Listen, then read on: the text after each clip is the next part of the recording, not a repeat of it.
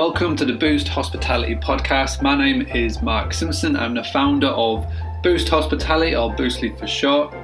This podcast is all about working with small, independent hospitality owners, helping them increase their heads on beds, cutting down on commission costs, and just getting a better understanding how marketing for their property works in 2017. For those of you who listened to Series 1 of the Boost Hospitality podcast, thank you very much for coming back for Series 2. In this short 5 episodes series, I'm going to cover the 5 stages of the booking process that a guest goes through before booking at your property. Each episode is available to download now, so you can go to iTunes, Stitcher, Spotify, SoundCloud, any of the podcast, and you can download all 5 right now. As always, I would love to hear your feedback on the Boost Hospitality podcast. If you'd like to email, it's mark@boostly.co.uk, or you can go straight to our Facebook page, which is facebook.com/BoostlyUK. Before you leave, I would really appreciate a review on iTunes. If you can head over there now, leave your feedback, leave your star rating, number 5 if you like. That would be really appreciative, because that's the only way that we're going to get this podcast seen by the wider world. Stage 1 of the booking process is plan. So what is this? This is quite simply when anybody starts their hotel or bed and breakfast or holiday cottage booking stage, they go to Google or they go to a search engine.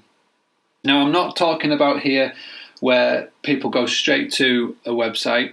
These are people who don't know where they want to stay. They just have an idea on a town or a city where they would like to either visit for a few days, visit for a night, or go for a long stay. So what they do, the planning stage is all about finding a potential property that they would like to spend some money in. And this is what you can do right now to make sure that they can find your property over everybody else. So, for example, someone goes onto Google and types in places to stay in, insert town or name.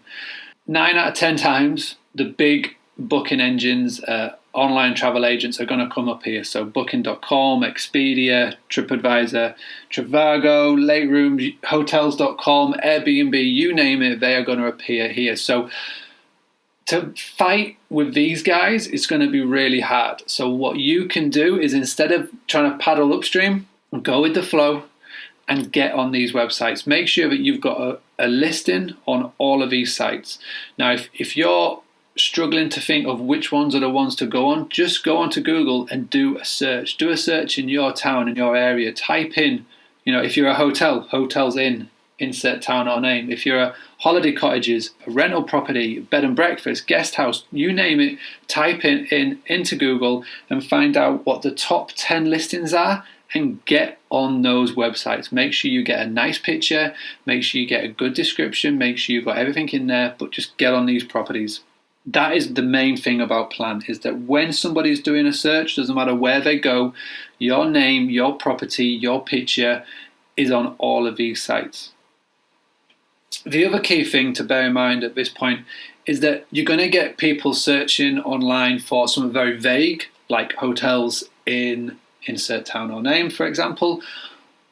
But you're also going to get people that are searching that have got more of a niche. So they could need disabled facilities. They could need a property that they can bring their pet. They might need secure car parking because they've got a really expensive car or a bike that they need. So you've got to make sure that you're appealing to these people as well. So what you need to do is, again, go onto Google or Bing or one of the search engines and type in what your unique selling, your USP basically, your unique selling property is for a customer.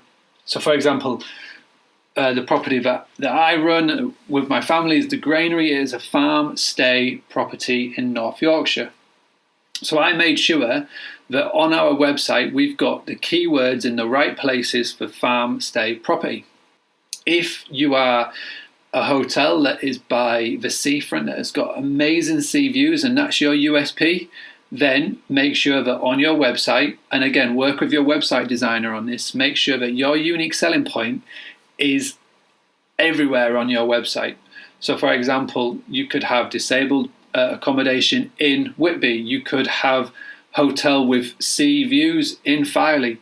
Whatever it is, make sure that your USP is crystal clear on your website in the keywords, and then it'll have a better chance of appearing on that first page on Google. This is called long tail keywords. So if you can crack that, as well as appearing on all of the listing sites, then you'll get more chance of getting a guest to be clicking on you. So just to recap, stage number 1 of the booking process is plan. This is where a potential guest or customer will come onto the search engines to look for a place to stay in a town or city that they want to go to. So the main things that you have to focus on right now is being seen in the key areas, and also as well, make sure that you're targeting people whether they're searching for a short tail keyword or a long tail keyword. So for example, hotels in Scarborough is a short tail. Make sure that you are on the big listing sites like Booking.com and Expedia, Late Rooms, TripAdvisor, Trivago. Make sure you've got a listing on all of those sites. And also as well, make sure that your website is talking about your unique selling points. So if it's a pet-friendly property in Scarborough, make sure you get that. If it's a disabled hospitality accommodation in York, again, make sure that all those keywords are on your website, so you're going to get seen in the places where the guest is starting their search. Thank you for listening to the Boost Hospitality podcast. I've created a free ebook to go alongside this podcast series. To claim your copy, all you need to do is go to boostly.co.uk/podcast 2, and that's the number 2. And as always, Boostly is spelt BOOSTLY.